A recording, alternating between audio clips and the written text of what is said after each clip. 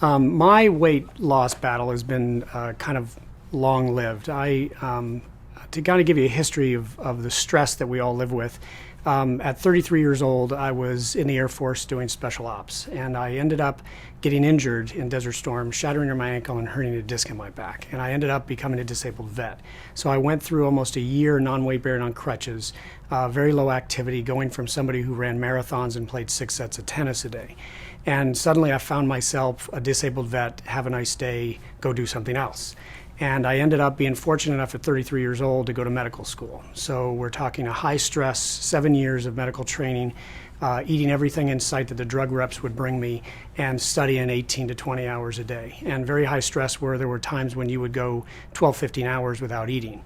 I went through residency as an emergency medicine resident, so I'm board certified in emergency medicine as well as bariatric medicine. And what I found myself in my second to third year of residency was I was working 12-hour shifts, barely getting even time to go to the bathroom in a 12-hour shift in a level 1 trauma center, so I wouldn't eat.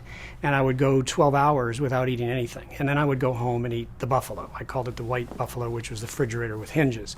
And I all of a sudden turned around at 38 years old and I was 250 pounds.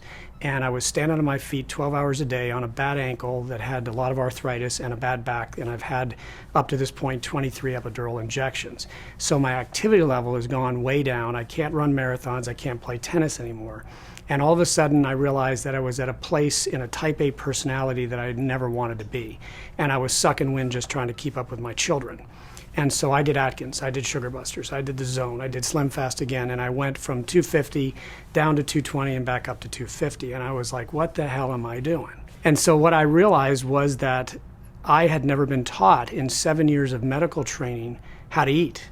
And what they find in the congressional hearings on this that they've done is physicians get 3 hours of nutritional education in 4 years of medical school. So most doctors don't know hardly anything about nutrition. And so I took it upon myself to actually start teaching myself.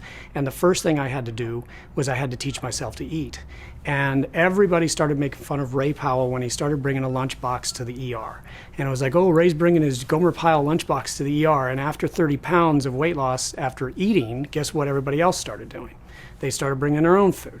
And it really came into the kind of the fruition of this is then when I came and moved to Northern California, I started working with my dad and started seeing what he was doing, working with the medical weight management aspect. And really the biggest issue is convincing people to eat.